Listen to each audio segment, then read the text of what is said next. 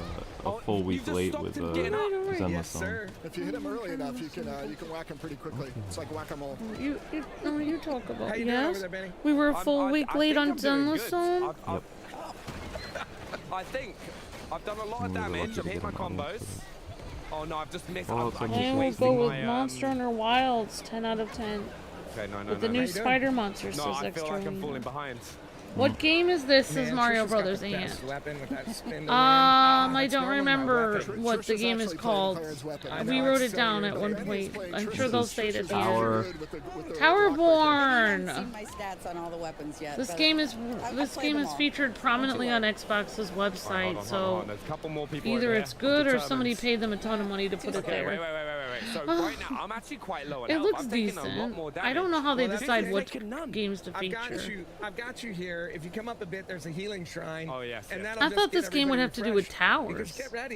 So hold on. But there's no towers in the game. It's just people running around hitting stuff. I thought this game was going to be about building towns. When you die, your Umbra's going to come over and it's going to res you. But if you so if you guys have a Steam Deck, follow along with your Steam Deck and you can add to wishlist a lot of these cool games.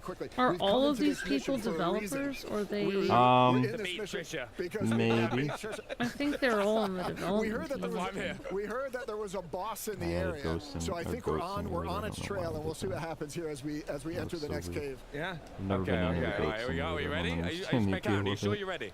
Here we go. Let's go. Are you sure? All right. Let's go. Alright, wait. No, you know where we're going. There we are. Oh no. Oh, they're at the first boss. Watch out. Now, if you notice, there's a break bar at the bottom of the screen right under the health bar. It's always more fun to be able to tell us a actually little play bit the about game. So it's a quintessential break bar. The minute you Like break it, that's the cool thing about going to stun the conventions. boss and allow you to go into a punch This looks phase. like a And so- weasel. Oh, geez, man, Luke, it's if we always those move to rocks, Germany, always in we the can face. we can pay $30 to get into Gamescom. I know. Right now you now he's in a can, broken like we don't know what's going to phase, so happen now when you can more just Americans do get all of involved your with it. combos, do all of your Americans damage. don't like to Yeah, travel. this is where you really No, get. they This is like where you to- get your damage. This is where you get the Right. numbers I'm up. going. That's where I'm going. Get your numbers up. Like this has been a purely use European my run Umbre. thing. There's a more of American Just side make to a it. sign, no Americans allowed. Problem solved.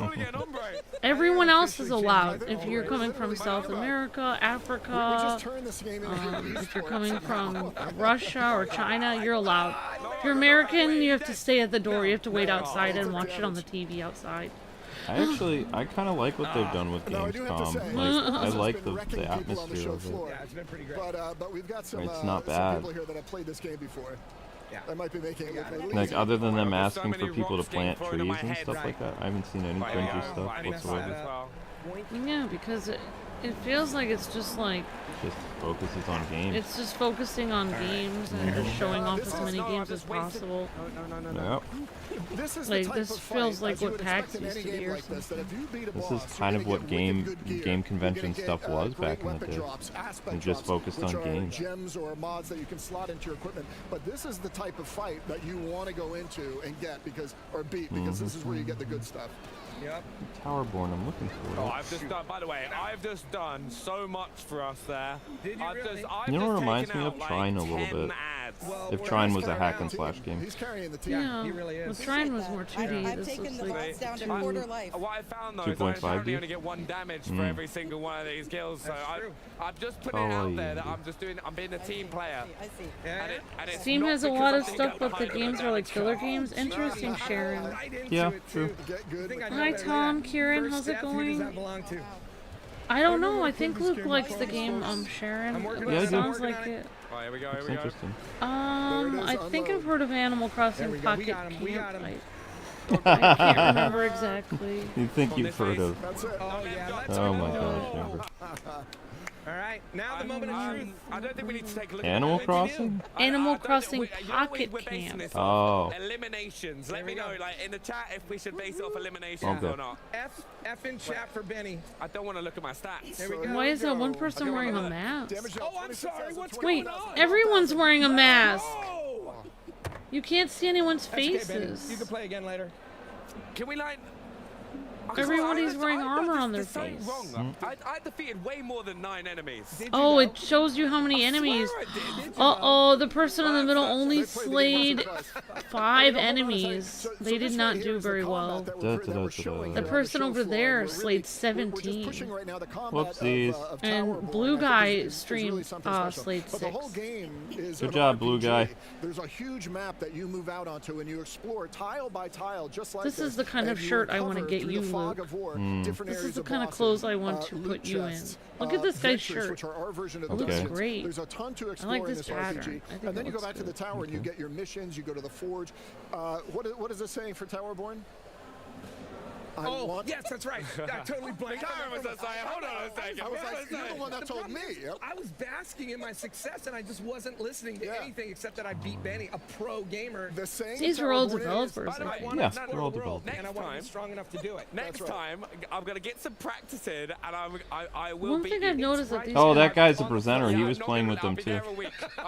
Which guy? We'll do it. Towerborn guy. The guy. Oh, the guy who's presenting. The guy with the tan jacket. He's not a developer, but he was playing with them. So important. That's kind of cute. I'm not seeing Towerborn on Absolutely. Steam. Getting the I think it's only on is Xbox. super important to us. We want to have that. So maybe there'll be a demo discussion for it on with the community, Xbox today. Have them be a part of the game building. I don't know, It's what Stoic has always done from our very first game. Oh wait, there it And is, so Towerborn. getting Ah, there, dang it! I being just able to had it. have that and have the input and take it in. Steam just happens to do that well for us, and we want to make sure we're fully prepared for when we come to game preview next year and have an expansive players, the number of players coming in. We're truly ready for them. We don't want to disappoint. Honestly, it's been some of the most fun I've had. I've really enjoyed playing it, and I can't wait to go and sit there and then beat you. It will happen. I'm excited for next time. Anytime, any place. I don't doubt it. He said, I can't wait to beat you guys. Remember to wish list right now. I don't think so. They made the game, dude. If you want to go and have a go yourself. Now, if that chat has you hyped for Towerborn, then you'll love what the team has in store. Check out a taste of a new dev diary coming soon. Wait, it says add to your wish list. Yeah, there's no demo. You can't get this. It comes out according to this. It's a living world. If I'm reading this correctly on the Towerborn Steam page, it says the game is going to be coming out around September 10th, 2024. Cool. Yeah.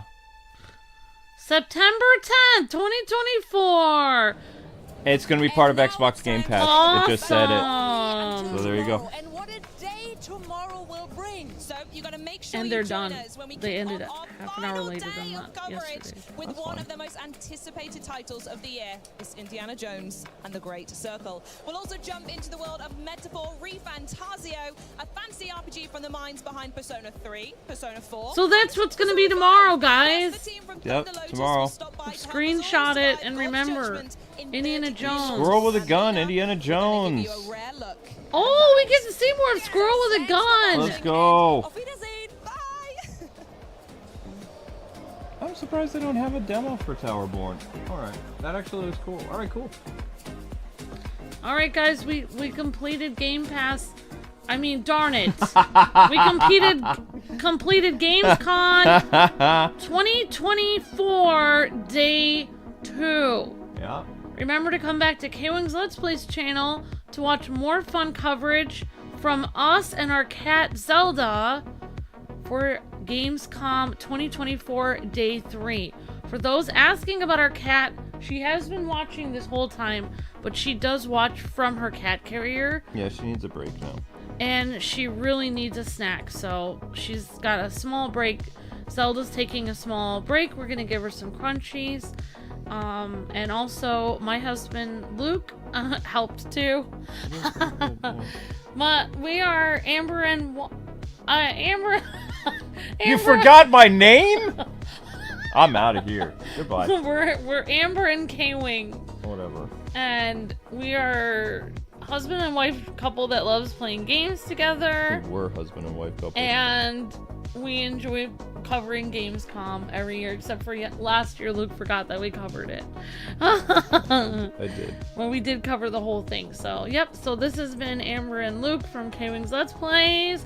Thank you all for hanging out. Thank you, Miss Deanna, for the super chat. Appreciate that so much, Miss Deanna, and you're breathtaking.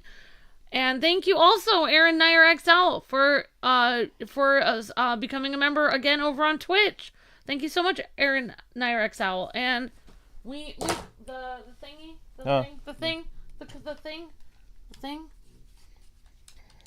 Honey?